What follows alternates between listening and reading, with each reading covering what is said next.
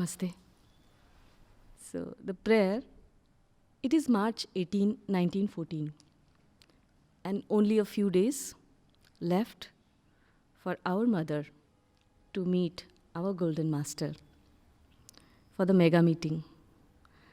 A prayer written by the mother on March 18, 1914, where she brings forth the fact that in spite of contrary appearances and painful experiences and circumstances, it is true that for a sincere aspirant, it is always the best that happens. And hence, the chosen title, The Very Best Always Happens for this prayer. And if we walk with utter trust in the divine, the thorns hurt less. And one moves with conviction that whatever turn the events take, whatever be the circumstances, the best is sure to come out of it, even if it is contrary to what we expected from it. And this prayer is a complete package. Not only will the best happen for us, for me, but it is the best that will happen for everyone, provided the right attitude towards the circumstance is taken by anyone. What a complete package. Man is the most harassed of all creatures. Animals don't worry about tomorrow, neither do the gods, because they have everything, the splendor. Human beings, in general, lead a miserable life, worrying almost about everything. And we always feel as if we are slaves of circumstances, and this is actually a sign of inferior humanity.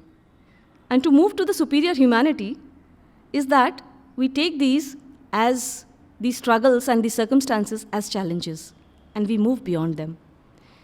As Sri Aurobindo has said, but greater souls can reverse this balance. That's what Savitri is all about, isn't it? She takes the challenge of fate. She knows, but yet she embarks on that. And our thoughts, our desires, and our animal instincts, we think they decide our fate. Yes, they do, but the circumstances are something that bother us first of all. Fate ki to dur ki baat hai. But circumstances, the immediate circumstances are the ones which bother us maximum. And the way to change these is also very different. Since we are so harassed with the circumstances, we look at the immediate circumstances. And we think that till we have certain circumstances, certain favorable circumstances, we cannot achieve certain things. That is what we believe. But actually, it is the other way around. And the prayer reveals it here. Let's read the prayer.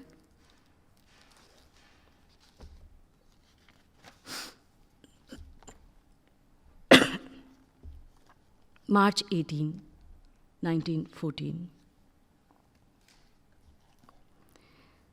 Thou art perfect knowledge, absolute consciousness.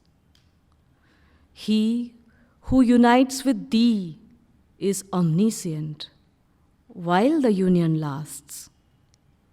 But even before attaining this stage, he who has given himself to thee in all the sincerity of his being, with all his conscious will, he who has resolved to make every effort to help in the manifestation and triumph of thy divine law of love in himself and the whole field of his influence, sees all things in his life change, and all circumstances begin to express thy law and assist his consecration.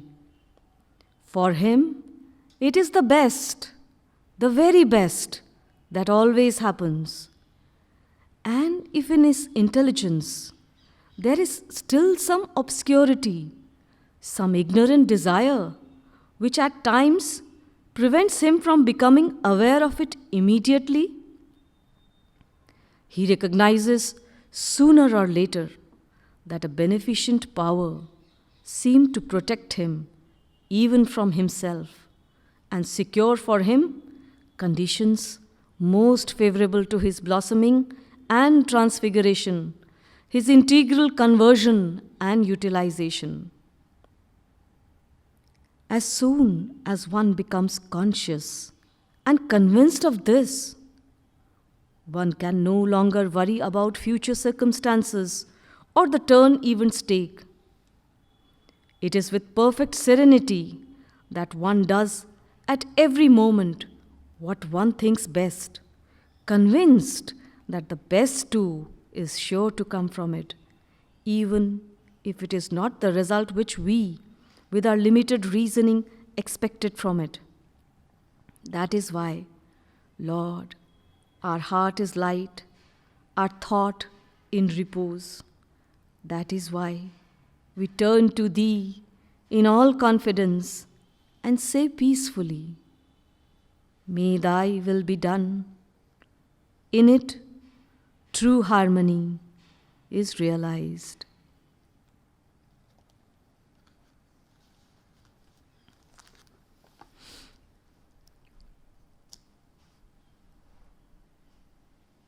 The mother begins the prayer with a qualification. She talks about a qualification. Thou art perfect knowledge, absolute consciousness. But this qualification, that means until the consciousness is one with the divine, totally identified with the divine, the omniscience and the omnipotence is partial. So, this is the qualification, that one needs to be identified with that absolute consciousness. And then one can share the omniscience and the omnipotence. At this stage, but there is, to this qualification, there is a disclaimer. And what is that? She says, He unites with Thee, He who unites with Thee is omniscient while the union lasts. This is the disclaimer. As long as the union is there, and if a person says at this stage, one is one with the divine, so one knows that one is God. And at this stage, whatever the person may say may come true, and whatever the person may seek to know, he will know in totality. That is, and he will have that absolute power. And only man is given this privilege. Animals don't have it. Even the gods don't have it. So, of uniting directly with the divine and sharing his omniscience. And this, while the union lasts. While the union lasts, this union is there. I'm sure every one of us has experienced this. But it is not lasting, this union. Why doesn't it stay? Because there are innumerable parts in us. And to maintain this state is very difficult. As long as the soul is united and as long as we are in that meditative stance, we are united and we know that we are one with Him. But when you come back out of that stage, back into nature, we start saying again, no, oh, I am so miserable. And there is a funny classic story about a Sufi saint who used to go into this kind of union, this kind of stages. And every time he was in this state, he would say, I am God, I am everything, I am God, I am divine. And in Muslim mysticism, this duality is perhaps not permitted, that one can unite with the divine. One thinks that one is always below the divine and one cannot meet the divine. So his disciples would often say, you are our teacher, you are our master. You are saying this. So, but then he would say, oh, I said that? Blasphemy, I should not say that. So, but again he would go into these kind of stages, and these were real stages. This was not a megalomaniac state or something. He was actually into that state. And he would again say, I am God.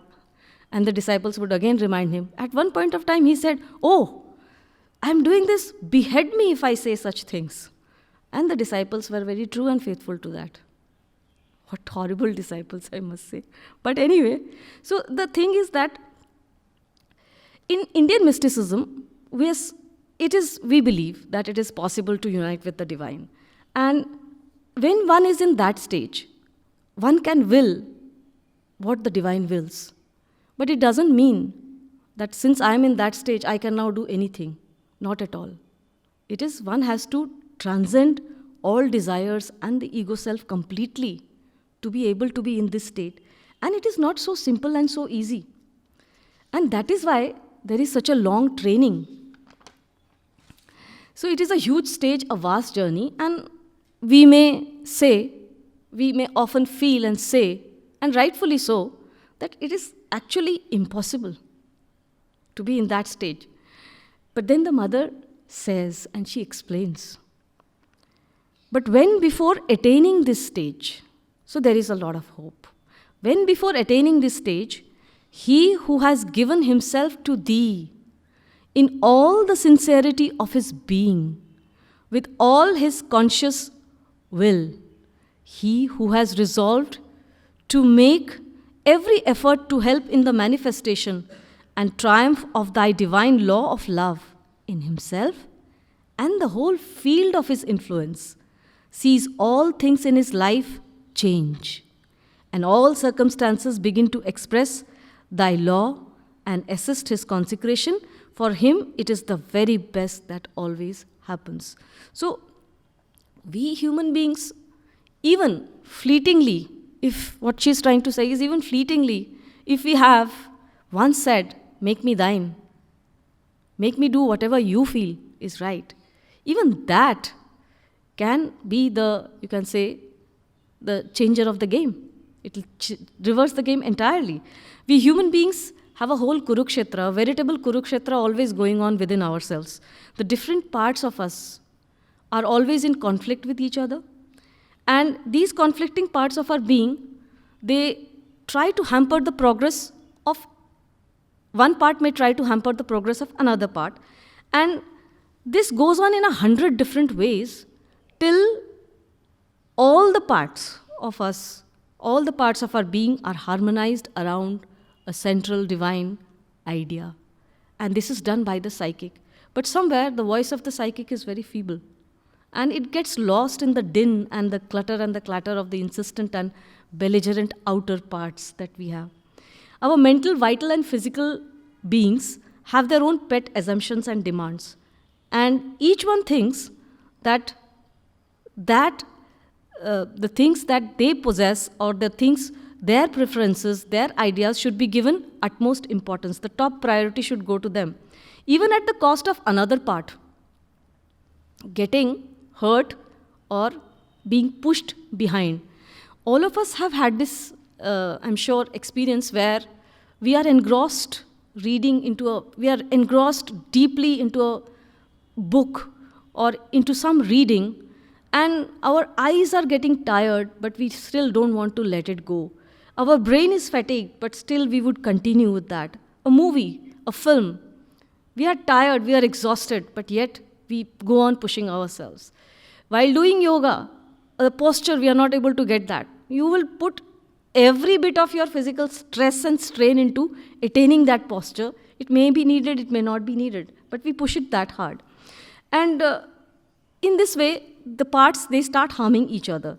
Out of greed, out of desire, we overeat. So these are all examples where one part is trying to hamper the progress of another one. And there is a constant conflict between them. And lives pass like this. Lives after lives pass like this, and the soul sleeps and remains drowsy. Still sometimes, now here is the key, still sometimes, in our very lucid moments, inner moments, where we identify ourselves, in ourselves, the higher self, something higher than us, something that is beyond, and that part of our being cries and seeks that higher truth and says, make me thine. What is this that I am experiencing? I am not satisfied with this. Lead me to where you want, even fleetingly if we have done. Finished. We are done. And when this happens, all begins to change. All circumstances in our life, the divine now has the oars of our life's boat, and he's the super boatman then. And he accepts our self-giving. He accepts it unconditionally and takes us for our word. And then things start happening in a very different way. They may be favorable, they may not be favorable. Yes, sometimes the divine also plays the bait game to lure you. Sometimes the circumstances are so, you can say, agonizingly painful, excruciatingly painful. But the course of our life is now charted by the divine's wisdom when we have reached this stage, even momentarily, when we fleetingly also say. But that there is, in that moment when we are saying it, there is a moment of truth. And that truth connects directly to the divine. And that this is a permanent, you can say, connection that has been made. Thick storms will surround us, yes, and we will fail in all our endeavors, which will take us away from this goal or the soul's cry that we felt. Anything that takes us away from this, that feeling is now going to make us see circumstances and endeavors. We may fail again and again. But the mission, what is the divine's mission? He wants to make hero warriors of us, no? And he will bake us with cruel kindness in the Agni of Tapasya. And this is what Tapasya is all about. The divine takes us and makes us adhere to our resolution. So in a way, he's helping us. And what do? We crib and cry. Okay? And all this cribbing and cry happens, all this revolt happens from these different parts which are actually in conflict and not in tune with the ideal of our psychic being. He saves us from ourselves. And what seems to be cruel destiny is actually his grace. And this is the grace of our ordeals, our difficult situations. Only after being knocked about, brutalized maybe, do we come out of this romanticism or this romantic, feelings about different situations and circumstances in which we glorify ourselves. And then we discover that the difficulty, after some time or maybe immediately, after some time or maybe immediately also, we realize that the difficulty was actually the best thing that happened to us. And the Lord is truly compassionate. When we have this feeling that what happened to us was actually the best, what is the movement in us? It is the movement in us which is attaching itself now to the compassion of the divine. Compassion leads to love. And we start feeling this love within us. So the mother says, he sees all things in his life change, and all circumstances begin to express thy law and assist his consecration. For him it is the best that always happens. So once, even if you have turned to the divine in earnest, in full sincerity, where there is no mixture, where there is no milavat, where there is no adulteration of your feeling towards your higher self, you have actually given yourself entirely to the divine, and the divine has taken you. He will not leave you. So change does not, she says, all things in circumstances will change. Change does not mean that things will start becoming, the person will become rich or whatever he asks for, he will get. Yes, that could be the bait game, but it is not that. Mirabai was actually thrown out of her palace because her mission was far, far, far wider. So she had to leave the palace. So change in circumstances, the divine brings about or masterminds the changes or the circumstances in such a manner that this love, this compassion that we are now relating to, it becomes purer, greater, faster, and vaster. And why? To change and help in our own consecration, which will lead, the final stage is the surrender. So I'm sure all of us have seen the movie Dangal, Amir Khan, where he takes his two daughters and he says, Jitna khana hai kha lo. He treats them to this snack. And he says, because from next day onwards, you will not, in the next few years or maybe after this, you will not get to even taste this. So divine also does this kind of a thing, no? So first rosy situations and all, taste kar lo. And then you have to be rattled out of it. And what does he do next after that? He makes them, he does not leave them. He makes them undergo the rigor, the training, the discipline that is required to become a wrestler.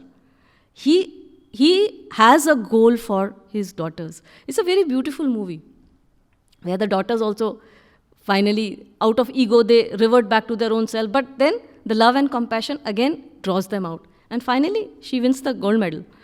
But this is just an example. So the reverse is also true. If situations and circumstances would be bad and the person is condemned, then Pandav ke साथ क्या हुआ? Do we like to relate ourselves to the Pandavas or the Kauravas? The Pandavas. But outwardly, everything horrible was happening to them. All situations, they were made to undergo so much of trauma and so much of, they had to leave their kingdom which was rightfully theirs. They underwent so many ordeals and so many difficulties. But why did the divine choose them to become the instrument for the divine play? It is only because they took that resolve to be on the side of the divine. They were not perfect people. They had their own handicaps and their faults. But still the divine chose them. And the desire ego cells, and when such situations happen, we say, Ma, or we say, Lord, why is this happening to us? But immediately, sooner or later, we will realize and we will say, हाँ, मांगा तो यही था आपसे. So, mother, once humorously, she remarked that, the Lord, God, treats his friends very differently. And that is why she said that somebody remarked that is why he has very few friends. The story is actually about Saint Teresa of Avila, where while she was one day going, she is the saint who used to say she had a vision of Jesus Christ, and she asked him, "Who are you?" She says, "I am Jesus." Then the Lord asked her, "Who are you?" And she said, "I am Teresa of Jesus." So she was a very highly enlightened soul, and she was totally. And one day she was going to the convent, and it was in the rainstorm, and she slipped and fell flat on the mud. And she just looked up and she just admonished the divine, and she says, "Why are you doing to this? Do you always do this to your friends? That is why you have so few friends." So she admonished the Lord, and this can happen only when truly you feel like a friend, true friend of the Lord. And when you are a true friend of the Lord, when the Lord has accepted you and you have turned to the Lord as a friend, then wherever he goes, he will take you, We like to go with our friends everywhere. Even in the mud, even in the dark dungeons, you can't say then that, "Oh, it's smelling and it is nauseating, I will not enter the dungeon." But the Lord says, "I am there, you come." So, yes, I am your friend, so I will go. So, this kind of a friendship. So, the mother humorously remarked, that is why he has very few friends. There is a Bengali folklore where it says, "Bhikshu pada prasarana nyaya." This quote is from Sanskrit. But the folklore in Bengali that explains it is that there is a holy beggar stretching out his legs. How does he do that? And the Lord also does that. Lord's love is also like this. Zara sa apne allow kiya, he will take over the entire thing. So a bhikshu, a holy beggar, begs and goes to house looking for shelter. A person, a devout person, he says, "Okay, you can." He says, "Just give me a small corner in your house where I can just spend the night." So he says, "Okay, come." So he's given one corner and he's carrying little Krishna. Once he's inside, he says, "Oh, this corner is not even barely enough for me. I need little space for this, my little Krishna." So one place is created for Krishna now. And Krishna is established in that house. And morning comes, "Oh, my Krishna is hungry. I need food. I need to cook the food. Can you allow me something, a part of your kitchen to cook something nice for Krishna?" "Yes, why not? Come." Then he goes into the kitchen. "Oh, these utensils are so dirty. They need to be cleaned." And another space is created for Krishna for his food to be cooked. And slowly what happens is all over the place. In the name of the Krishna, for him, everything gets. So this is Bhikshu Pada Prasarana Nyaya, the holy mendicant or the beggar stretching out his legs. Lord's love is also like that. Divine is also like that. Zarasa and the whole. फिर वो जरा सा नहीं होता, फिर वो everything, whole, सारा हो जाता है. And when you love him, the highest expression of love, what is it? To serve him. Service. And always genuine love will be expressed. Any problem, when you are in love, any problem will lead to more love.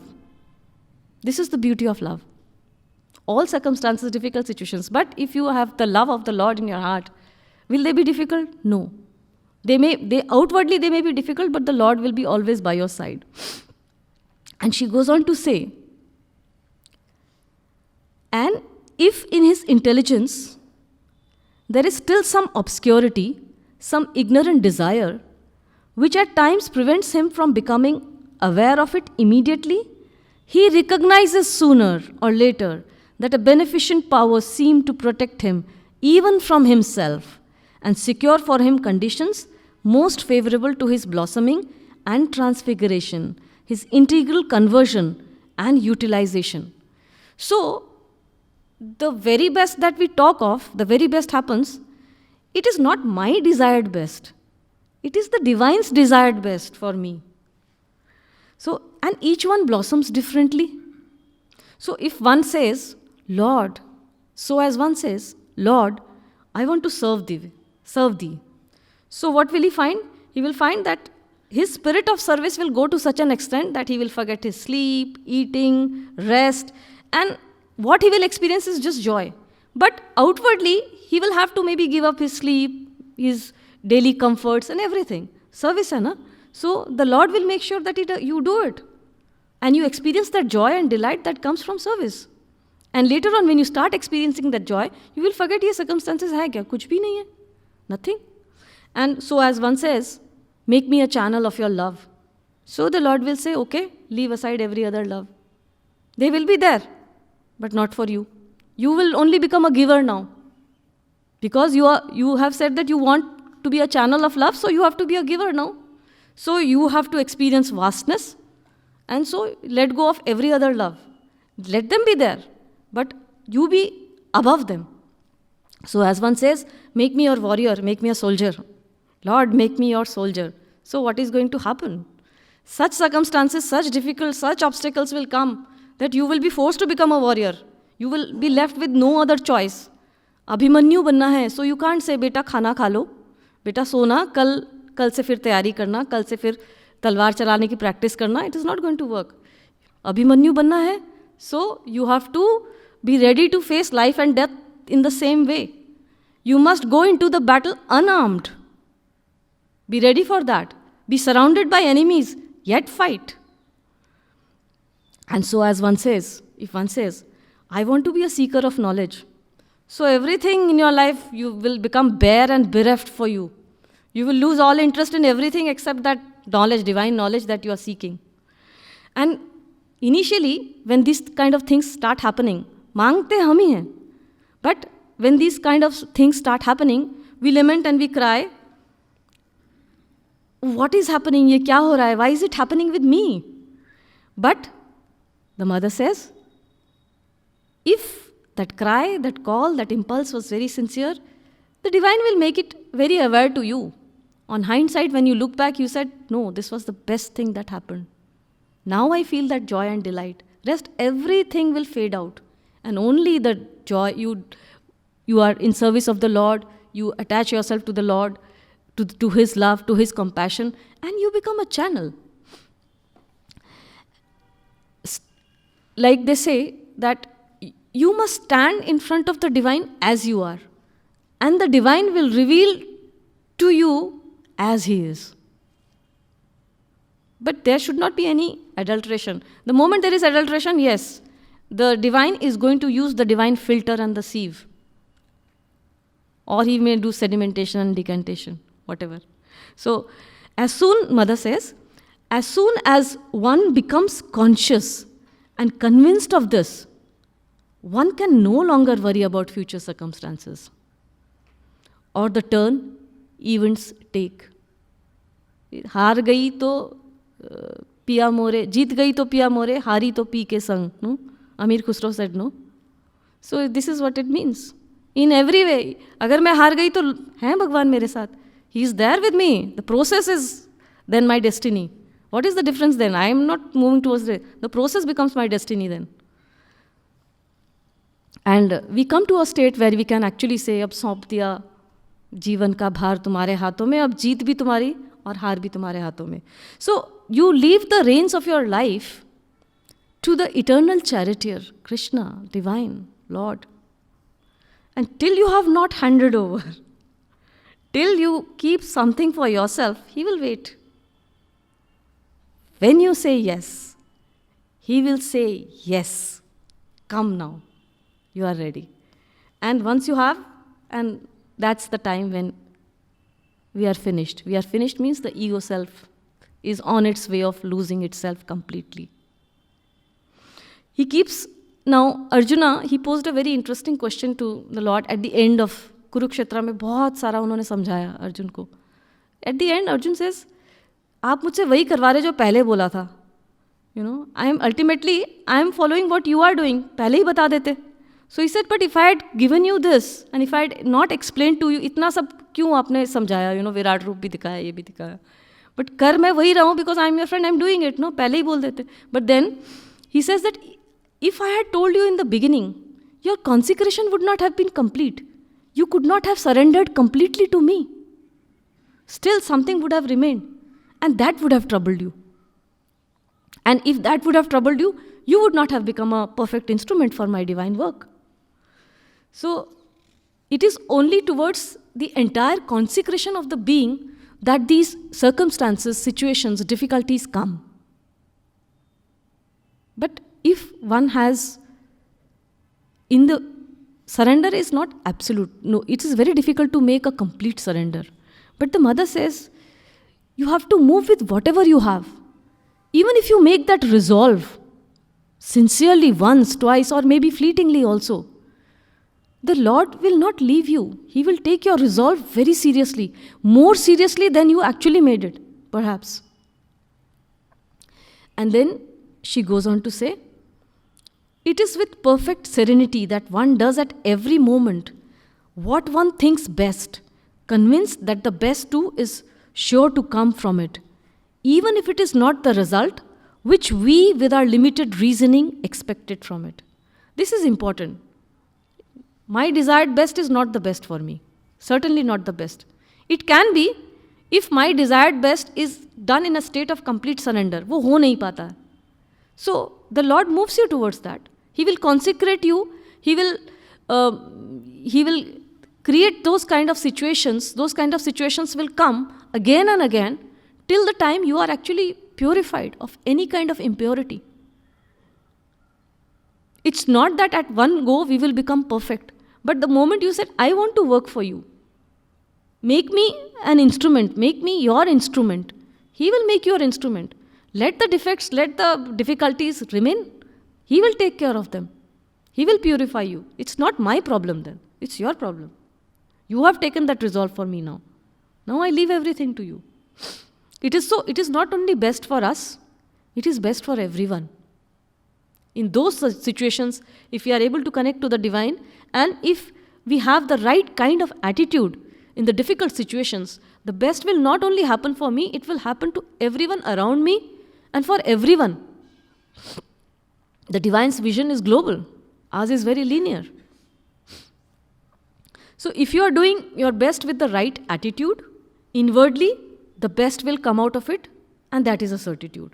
And the best will come out of it for everyone.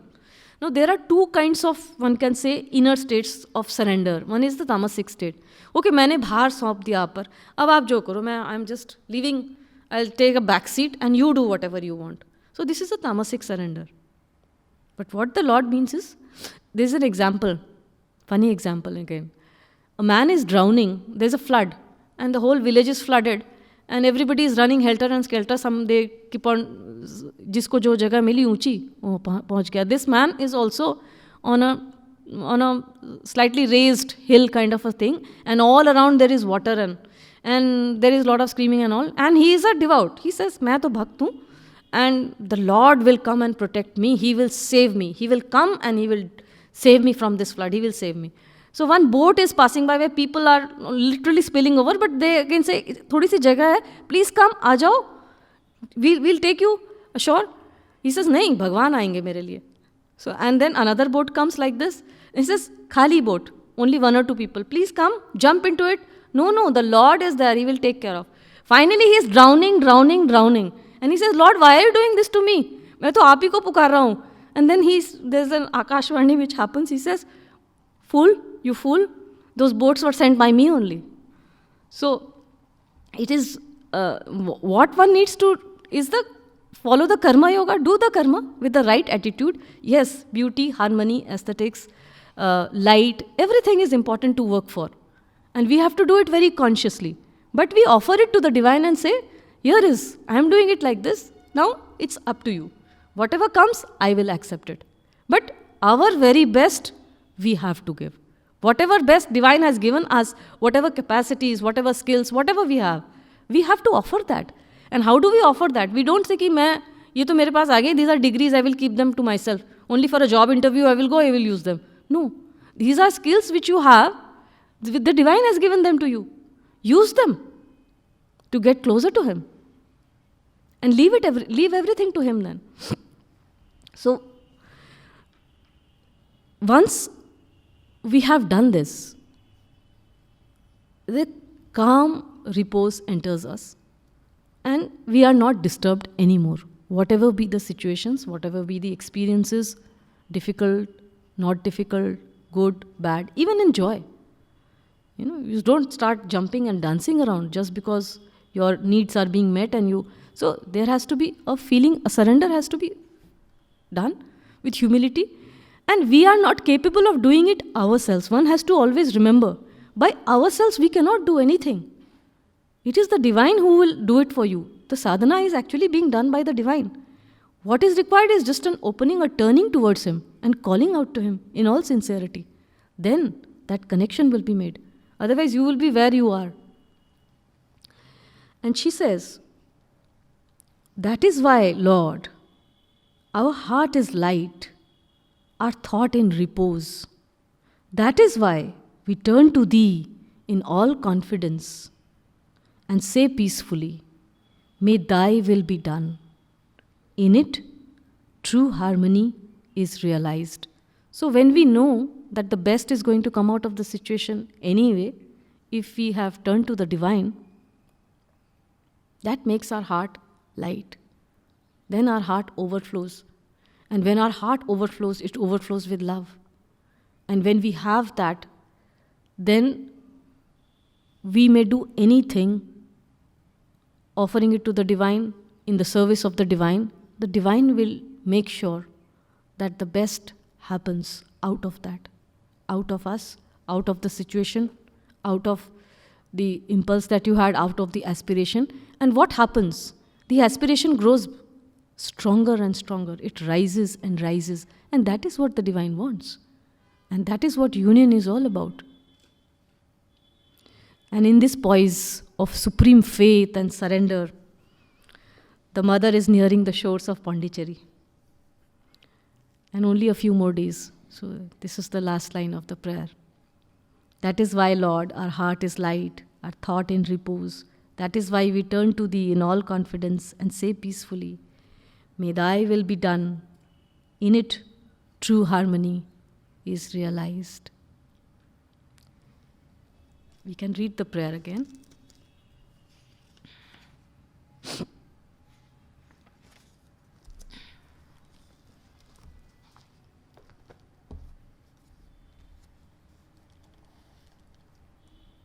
March 18, 1914. Thou art perfect knowledge, absolute consciousness. He who unites with Thee is omniscient while the union lasts. But even before attaining this stage, he who has given himself to Thee in all the sincerity of his being, with all his conscious will, he who has resolved to make every effort to help in the manifestation and triumph of Thy divine law of love in himself and the whole field of his influence, sees all things in his life change, and all circumstances begin to express thy law and assist his consecration. For him, it is the best, the very best that always happens.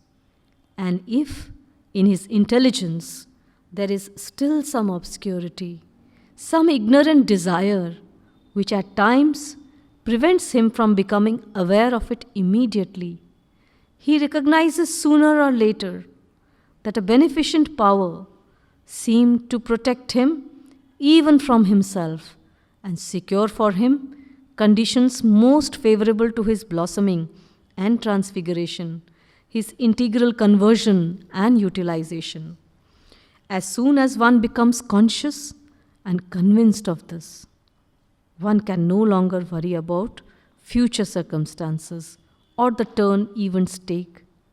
It is with perfect serenity that one does at every moment what one thinks best, convinced that the best too is sure to come from it, even if it is not the result which we, with our limited reasoning, expected from it. That is why, Lord, our heart is light, our thought in repose. That is why we turn to Thee in all confidence and say peacefully, May Thy will be done. In it, true harmony is realized.